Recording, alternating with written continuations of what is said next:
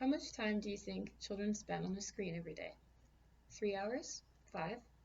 According to the American Academy of Child and Adolescent Psychiatry, kids and teens spend an alarming average of 7.5 hours on screens every day, including TVs, gaming consoles, smartphones, and other devices.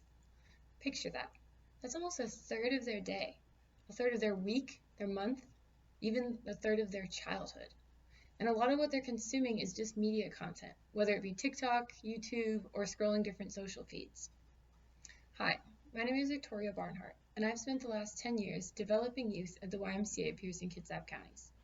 I have seen firsthand the increase in phone and screen use in children, and I've observed the detrimental effects they have on them. Excessive screen use can affect the cognitive, behavioral, and physical development of youth, and I believe that it should be greatly reduced to protect the young people of the future. Today, we will be discussing the health risks of excessive screen use among youth and teens, as well as the actions you can take to help reduce screen time. Youth have been using screens at an increasing rate and beginning at a younger and younger age.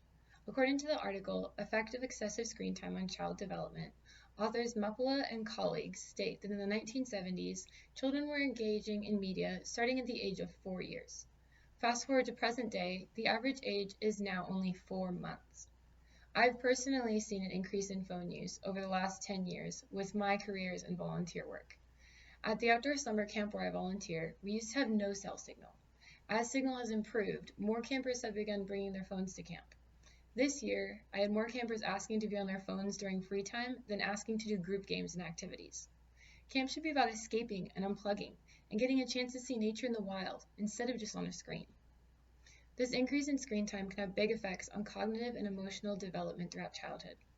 Muppala and colleagues explain that for children aged 6 to 18 months, increased screen time was associated with many different behavioral issues, including emotional reactivity, aggression, and externalizing behaviors. Medical authors Devai and Singh also support the idea that screen time can affect mental and behavioral well-being of youth. In an article from the Journal of Education and Health Promotion titled The Hazards of Excessive Screen Time, they explain that teens who use screens more than 5 hours a day are at a 70% higher risk for suicidal tendencies than those who engage for under an hour daily.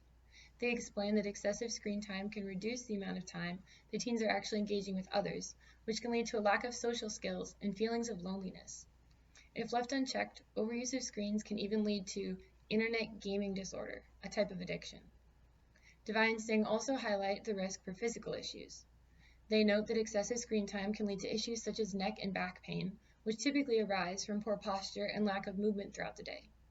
This is something I see all the time at the Y. A child will be sitting in a chair waiting for his siblings' class to be over. They sit horribly slouched, their neck craned forward while their gaze is glued to the blue light of their parents' phone. Aside from poor posture, damage to the eyes can also occur.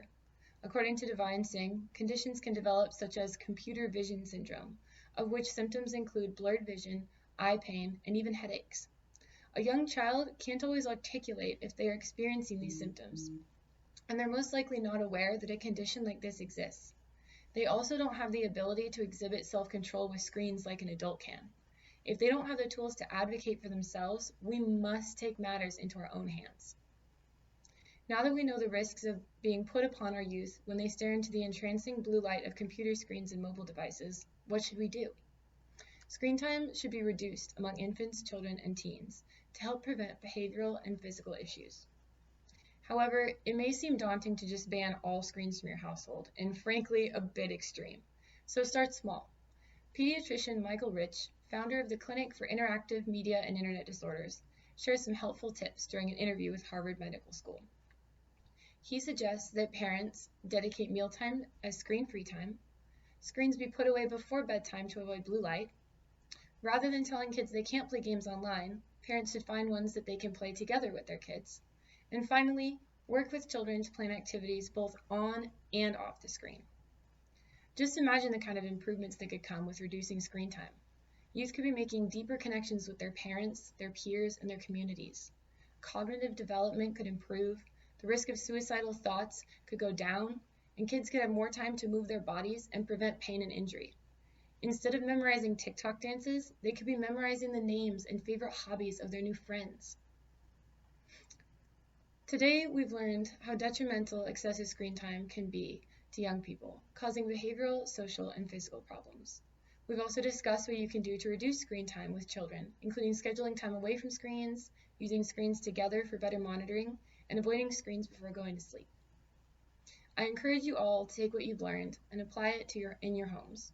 Even if you don't have children, reducing screen time can be beneficial for your own well-being. What will you do with a third of your life back? Thank you.